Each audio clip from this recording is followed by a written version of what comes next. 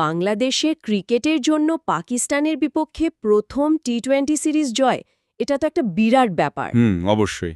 আর সেই জয়ের পথে দ্বিতীয় ম্যাচটা কি বলবো, রুদ্ধশ্বাস একটা ম্যাচ ছিল। আমাদের কাছে ম্যাচের কিছু খণ্ডচিত্র আছে, তো ওগুলো দেখে আজ আমরা চেষ্টা করব ওই টান টান লড়াইয়ের ভেতরের গল্পটা একটু বোঝার। হ্যাঁ, ঠিক। মানে আমাদের মূল লক্ষ্য থাকবে ম্যাচের টার্নিং পয়েন্টগুলো খুঁজে বের করা, খেলোয়াড়দের পারফরম্যান্স, মানে কার কেমন অবদান ছিল সেটা দেখা, আর এই যে ঐতিহাসিক জয়, এটার আসল তাৎপর্যটা কি সেটা আলোচনা করা। একদম। আর আলোচনা শুরুই করা যাক পাকিস্তানের ব্যাটিং দিয়ে। 134 তাড়া করতে নেমেছিল ওরা। হ্যাঁ, কিন্তু শুরুটা যা হলো, কি ভয়ঙ্কর!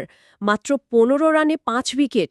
এটা কি বলবেন, মানে শুধুই আমাদের বোলারদের দাপট নাকি পাকিস্তানের ব্যাটিংয়েও সমস্যা ছিল? দেখুন, আমার মনে হয় দুটোই। একদিকে অবশ্যই বাংলাদেশের পেসাররা, শরীফুল, মুস্তাফিজ, আর অবশ্যই তানজিম শুরু থেকেই মানে পাওয়ার প্লে থেকেই যে চাপটা তৈরি করেছিলেন সেটা অবিশ্বাস্য।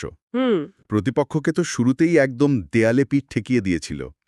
আর অন্যদিকে পাকিস্তানের টপ অর্ডারের এই সমস্যাটা কিন্তু নতুন না, মানে আগের ম্যাচেও এটা দেখা গেছে। হ্যাঁ, ঠিক। সাইম আইয়ুবের রান আউট, হারিসের গোল্ডেন ডাক, ফখর জামানের ব্যর্থতা, এগুলো তো মানে চলছেই।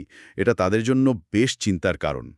আর তানজিমের ওই 1 ওভারে 2 উইকেট, ওটা তো একদম মোমেন্টাম শিফটিং ব্যাপার ছিল। হ্যাঁ, ওই ওভারটা খেলা ঘুরিয়ে দিয়েছিল। যখন 47 রানে 7 উইকেট নেই, তখন তো সত্যি মনে হচ্ছিল ম্যাচটা হয়তো দ্রুতই শেষ হয়ে যাবে। এক পেশে মনে হচ্ছিল। কিন্তু সেখান থেকে ফাহিম আশরাফ মানে কি লড়াইটাই না করলেন। টি-20তে প্রথম হাফ সেঞ্চুরি, আব্বাস আফ্রিদির সাথে 41 রানের জুটি। হ্যাঁ, একটা সময় তো মনে হচ্ছিল যে অসম্ভব কিছু করে ফেলবেন তিনি। তানজিম তো আবার ক্যাচটাও ফেলেছিলেন 38 রানে, মনে আছে? হ্যাঁ, মনে আছে। ওই প্রতিরোধটা আসলেই অপ্রত্যাশিত ছিল। মানে লোয়ার অর্ডারে নেমে, বিশেষ করে যখন টপ অর্ডার পুরোপুরি ব্যর্থ, তখন এরকম একটা ইনিংস খেলা, এটা ফাহিমের মানসিক জোরটা দেখায়। ঠিক। পাকিস্তানকে ম্যাচে ফিরিয়ে এনেছিল ওই ইনিংসটা। কিন্তু মানে এটাও তো ঠিক যে আস্কিং রান রেটটা বেড়েই চলেছিল।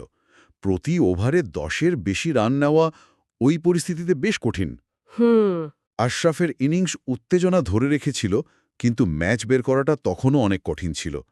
আর ওই ক্যাচ মিসটা যদিও খেলার অংশ, কিন্তু ম্যাচের ওই অবস্থায়। হ্যাঁ, বেশ গুরুত্বপূর্ণ মোড় ছিল ওটা। আচ্ছা, এবার একটু বাংলাদেশের ব্যাটিংয়ের দিকে আসি। শুরুটা কিন্তু আমাদেরও আহামরি কিছু ছিল না। না, একদমই না। পাকিস্তানের নতুন বোলাররা সালমান মির্জা, আহমেদ দানিয়াল বেশ ভালো বল করছিলেন কিন্তু। নিয়ন্ত্রিত বোলিং, হ্যাঁ। লিটন, পারভেজ ইমন, শামীম টপ অর্ডারের 3 জনকেই তো দ্রুত ফিরিয়ে দিয়েছিল। একসময় তো স্কোর ছিল 24। মানে বাংলাদেশও তো চাপে পড়ে গিয়েছিল ভালো মতোই। হ্যাঁ, এবং এইরকম